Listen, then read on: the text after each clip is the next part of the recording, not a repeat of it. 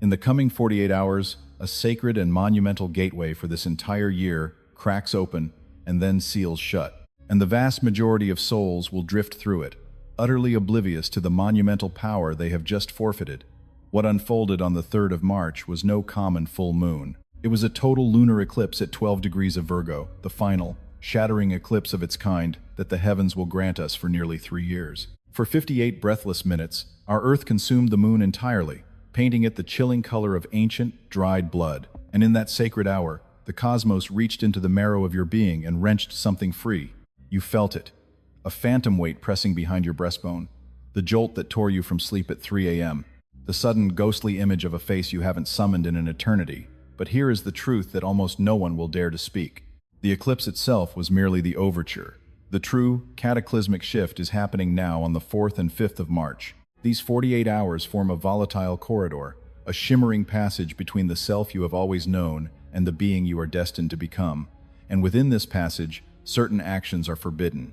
There are decisions that must remain unmade, words that must remain unspoken, for the very firmament of your reality is still trembling and reforming. In the moments that follow, 3 revelations will become yours. First, you will understand what the eclipse truly dislodged from the sinews of your body and the architecture of your life, and why a phantom vibration still hums within your bones. Second, you will learn the precise actions you must not take on the 4th and 5th of March, and why a single misstep in this window could unravel months of your journey. Third, and this is the key that will unlock everything, you will receive the ancient practice of conscious release, a tool to transform this cosmic upheaval into the most profound and powerful reset you have ever endured. If you have felt a deep, unnamed ending gathering on your horizon, yet you cannot give it a name, if your sleep has become a shattered mosaic and your dreams a theater of impossible vividness, if old memories are breaching the surface of your mind like sunken galleons forced up by a tempest, remain here, because the wisdom I am about to offer is a secret the universe whispers, not shouts. And the hourglass for this moment has already been turned. In the hushed, pre-dawn hours of March 3rd, as the Western Hemisphere was lost in slumber, the Earth slid between the sun and moon, casting its profound shadow across the lunar face for 58 agonizing minutes. This was no glancing blow. This was not a subtle fading of light.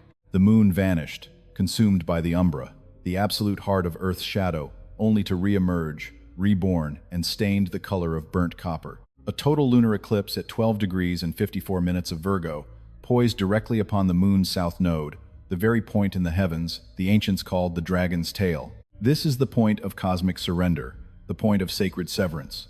It is the point where the universe itself reaches into the fabric of your existence and surgically removes what is no longer yours to carry, not with gentleness, not with a warning, but with the silent, tidal certainty of a force that knows precisely which debts it has come to claim. And this was no ordinary event in the sky's ageless memory. This was the 5th of 7 cataclysmic eclipses along the Virgo-Pisces axis, a celestial cycle spanning nearly 2.5 years, relentlessly rewriting the sacred pact between your physical world and your soul's deepest truth. Every eclipse in this saga has posed a question to your spirit. This one demanded your soul's answer. But this is the great misunderstanding of eclipses. People believe the instant of totality is the moment of metamorphosis. They think the transformation occurs when the moon bleeds red. That is akin to believing the earthquake is the instant the tectonic plates finally shift. It is not. Those plates have been grinding against one another for months, sometimes for years. The earthquake is merely the moment the surface can no longer bear the tension and finally ruptures. The 3rd of March was that rupture. The 4th and 5th are when the choking dust begins to settle, allowing you to see what has truly been broken beyond repair. In this very moment, as my voice reaches you, Mercury is moving retrograde in Pisces, the planet that architects your thoughts, your vows, your communications, your choices, is tracing its path backward through the most ethereal and dissolving sign of the zodiac. And Mars, the very engine of your will, plunged into Pisces on March 2nd, a single day before the eclipse. Contemplate the gravity of that alignment. The celestial force that governs how you act and the planet that dictates how you think are both lost in the same boundless, disorienting ocean. Both are navigating through a dense fog. The cosmos breathes a lie into your very blood, a siren's call whispering that the path is clear when it is shrouded. Feel it in your bones, the truth has not yet surfaced. Here lies the precipice of peril, For this cosmic fog does not announce its arrival with thunder. It creeps in, wrapping the jagged edges of reality in velvet, making every sharp truth feel impossibly soft. This is the very essence of the danger lurking on March 4th and 5th, when the ground beneath your choices turns to quicksand. Your every instinct is screaming for you to act. The eclipse detonated something deep within you, and now every cell in your body is desperate to seize it, to define it, to purge it, or to mend it. That desperate urge feels like power. It masquerades as clarity. It is a phantom. It is the aftershock of the quake disguised as a final resolution. There are precise things you must not do in this 48-hour chasm, and I implore you to receive these words into your very being. Do not sever a connection. Do not forge a new one. The emotional atmosphere that envelops you is currently toxic, saturated with the residue of the eclipse. The way you perceive another human soul today is a distortion, not the truth you will know in 2 weeks' time. The moon has now drifted into Libra, the sign of sacred contracts and equilibrium. But Libra, in the raw aftermath of an eclipse, is not a diplomat. It is a fractured mirror, and a mirror held in shifting, unstable light can only reflect a monster. When a face haunts the corridors of your mind, branded there by either desperate longing or searing rage, listen closely. That is the voice of the cosmic shadow speaking, not the whisper of your own inner truth. Carve their name onto paper, fold it away from the light, bury it where your eyes cannot find it, and then you must simply wait. Let no ink from your pen bind you. Do not surrender to a new contract, a new home, a new promise. Mercury, spiraling backward through the oceanic depths of Pisces, has blurred every line so profoundly that what appears to be a welcoming threshold may be nothing more than cold, painted stone. The truths escaping your notice now are not minor oversights. They are the seismic faults that will rupture in 3 months, compelling you to breathe the question into the darkness. How could I have been so blind? Do not cast a permanent verdict upon the path of your life's work. The eclipse convulsed in the heavens of Virgo, the realm that holds dominion over your labor, your sacred daily rhythms, and the very marrow of your purpose. If a profound agitation has been stirring in your soul regarding your work, if you have been wrestling with the ghost of the question, is this truly my calling? Know that this sacred restlessness is real. It is a holy tremor, but the revelation you seek is not yet born. The eclipse merely shattered the foundation. The truth that slumbers beneath has not yet stirred. To act now is to try and read a sacred text while the ink still bleeds across the parchment, twisting truth into a beautiful lie. You will perceive words, yes, but they will be phantoms of the true message. You must allow the ink to set. That final truth will be worth the stillness. And whatever you do, by all that is sacred, do not crawl back to the ruins of something your soul has already abandoned. This is the siren's call, the shimmering trap that ensnares more souls than any other during a South Node eclipse. The great celestial dragon does not regurgitate what it has consumed. If a pattern dissolved, if a creed turned to dust, if a version of you was laid to rest in the last 72 hours, it was a necessary death. The urge to perform a resurrection will feel like a tidal wave inside you. Your own mind will conspire against you, whispering that it was not so bad. It will paint the comfort in vivid color and erase the memory of the cost. But the South Node is no brute. It is a master surgeon. What it has excised from your life was already dead. You were simply still carrying the crushing weight of its bones. Now, feel what is truly unfolding in the temple of your body. Because your blood and your bones understood this cosmic rite of passage long before your conscious mind began to grasp the shadow. In the moments stretching around a total lunar eclipse on the South Node, your body initiates a primal process, one ancient healers knew as the great unbinding of old roots. Perhaps you have felt it, a phantom weight pressing on your chest, one with no medical name, a clenching deep in your jaw that seizes you in the dark and vanishes with the dawn. A sudden, sharp ache flowering in your lower back, the very fulcrum of your spine that bears the weight of every ghost you will not set down. These are not random signals of distress. Your nervous system is in direct communion with a gravitational and electromagnetic tide that modern science acknowledges but dares not speak of in the open.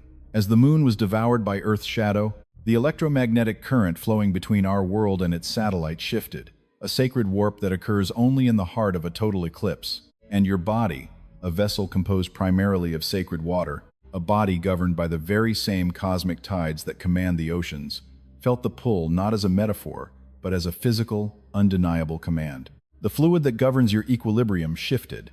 Your pineal gland, that mystical pine cone-shaped organ enthroned in the center of your brain, received a new, darker frequency. And for so many of you, the consequence was identical. You were pulled from sleep between the hours of 2 and 4 in the morning. You stared into the darkness above, and a primal part of you knew, without language, without reason, that a world had just ended. That knowing is the most powerful oracle you possess. It is more vital than any choice, more potent than any action you could take. Because this certainty is not being born from the chaos of your thoughts. It is surging up from a place far older, far more profound, from the core of your being that remembers its own divinity, from before you ever learned the poison of self-doubt. But this eclipse was not only a great release, it was a blinding illumination of all that has been concealed in shadow. And it is here that March 4th and 5th transform from a dire warning into a breathtaking gift. The Virgo eclipse did not just shake the branches of your life, it ignited a fire within the roots themselves. And what that searing light revealed is a truth you have fled from, perhaps for months, perhaps for your entire life. The one thing you swear to yourself you have already healed. The sermon you deliver in the silent theater of your mind, but whose words never touch the air. The sacred vow you made to your own soul in the witching hour 6 months ago, a promise you silently shattered by the time the sun had risen. Virgo is the celestial force of discernment, not of judgment. Discernment, the chasm between these two, is infinite. Judgment slams its eyes shut and screams a verdict. Discernment forces its eyes wider to finally see what has always been there. And at 12 degrees of Virgo, fused to the south node, this eclipse burned its light upon the precise, tender spot where you have been lying to yourself with the most poetic and devastating grace. We all learn this art. We wrap our deepest avoidance in the shimmering silks of patience. We call the trembling of our fear a sign of wisdom. We cloak our stagnation in the holy robes of spiritual surrender, telling ourselves we are simply honoring divine timing, when the raw truth is, we are petrified of the earthquake that will follow if we dare to move. This eclipse saw through every single costume, and now, in this sacred 48-hour passage of March 4th and 5th, the disguises lie in a heap at your feet, and you are left standing before a mirror, with absolutely nowhere left to hide. And it is meant to be uncomfortable. It was meant to be this way. True metamorphosis is never born from comfort. The ancient sky priests of Babylon, who charted the celestial dance with a precision that shames our modern world, held a sacred ritual in the aftermath of an eclipse, a rite our noise-drenched culture has utterly forgotten. They called it the silent audit.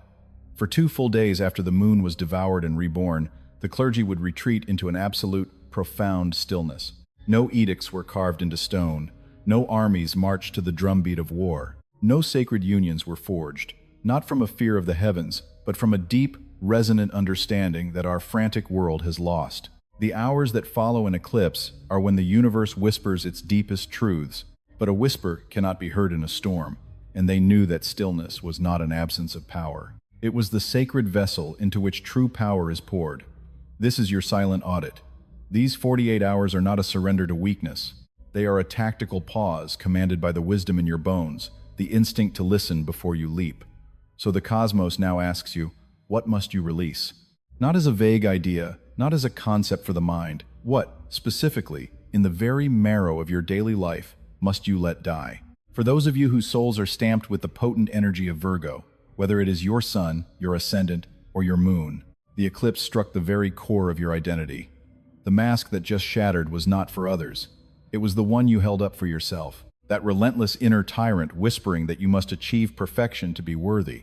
The voice insisting that every detail must be bent to your will. The lie that one misstep negates 100 triumphs.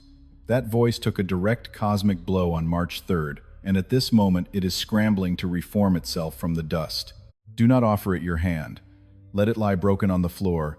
You were never forged to live in chains, especially not those of your own making. For you, Pisces, the eclipse blazed across the opposite horizon of your chart, the great axis of surrender and service.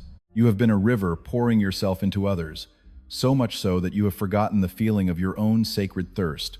Not a physical hunger, but a soul-deep starvation, the kind that cries out, "What do I truly crave when no one is watching me? When no one demands a piece of me? When my goodness is no longer a performance?" This eclipse is not a punishment for your generosity. It is a fierce commandment that you finally include yourself in the circle of those you are so desperate to save. Gemini and Sagittarius, you other mutable souls, are caught in the powerful crosscurrents of this axis. For Gemini, the eclipse bore down upon your 4th house, the very foundation of your spirit. An element of your home, your ancestry, your deepest emotional roots is being powerfully reshaped, not demolished. Reshaped. That distinction is everything. A wall crashing down within an old house is a disaster only if you intended to live within its confines forever. If your soul's plan was always to rebuild, then that wall was destined to fall first. For Sagittarius, the eclipse activated the very summit of your life, your 10th house of ambition and public calling. A role you have been performing for the world is now expiring, not your purpose, but the costume. And the void between the professional you pretend to be and the authentic being you are has become a chasm so wide the universe can no longer abide it. Something must close that gap, and I promise you, it is not the universe that will bend. But this is the alchemical secret that transforms this celestial disruption from an obstacle into a doorway. The moon, having endured the shadow, did not remain in Virgo. It moved on, and on March 4th, it journeyed into the realm of Libra, the sign of the eternal scales, the arbiter of balance, the sign that poses one elegant and soul-shattering question. What is the true weight of the burdens you carry, and were they ever yours to bear in the first place? This is not a question for your intellect. I command you to sit with it, to feel it in your body, as if a stone were placed in each of your hands, and you were asked to tell the difference between the one that belongs to your story and the one given to you by another's demand.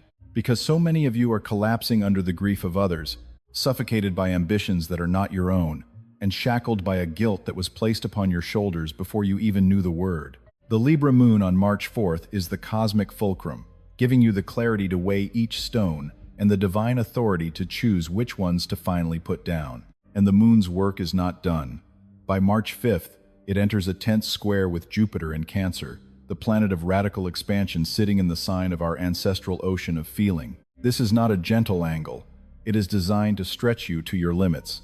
It demands to know whether the beliefs inherited from your bloodline, the ones woven so deeply into your being that you mistake them for your own consciousness, are truly serving the life you are trying to build now. Jupiter in Cancer has been moving backward since November, digging through the emotional cellars of your lineage. And now, just days before it stations direct on March 10th, it sends one final seismic tremor through your foundation. If something cracks, it is because it was already fractured. Jupiter does not break what is whole. It only obliterates what was pretending to be. And sometimes that shattering revelation is the most profound mercy the cosmos can offer you. This is why I told you at the beginning that March 4th and 5th are not about what you must fear. They are about what you must finally be willing to see. Here is your task. The time is not tomorrow, nor is it next week. It is tonight. Before slumber claims you, before the static of the mundane world floods your senses once more, find a single sheet of paper, not a screen bleeding cold light, not a digital cage, but something real, something born of the earth. Feel its raw texture against your skin, and with an instrument that feels like an extension of your own bones, you will write one sentence, and one sentence only. Begin with this invocation. The truth my body has been screaming is, and then unleash your hand. Let it carve the words without judgment, without hesitation, without the desperate need to make it beautiful. Whatever raw confession emerges, you will not look upon it tonight. Fold the paper to seal its power. Place it in a space of quiet reverence. Let it rest beside your sleeping form, beneath a glass of water that can absorb its frequency, or upon a sill where the dawn's first light can anoint it. Then, sleep. Allow the celestial residue of the eclipse to continue its alchemy within the landscape of your dreams. And when you rise on the morning of March 5th, read what your soul has written. Inhale every word. Read it as if it were a sacred letter from a part of you that loves you so fiercely it will no longer permit you to lie. That sentence is the epicenter from which everything will now tremble and shift, for what the cosmos has loosened, only you can fully unbind. The universe has splintered the door, but it is your feet that must take the step across the threshold. There is a sacred practice for this fleeting window, a way to move through these 48 hours, not as a victim of cosmic turbulence, but as a master of the ancient primal art of conscious release. This ritual is woven with a deliberate cadence, unfolding one sun at a time, one layer of armor at a time, for the body cannot purge a lifetime in a single exhale, no more than the frozen earth can erupt into spring in a single afternoon.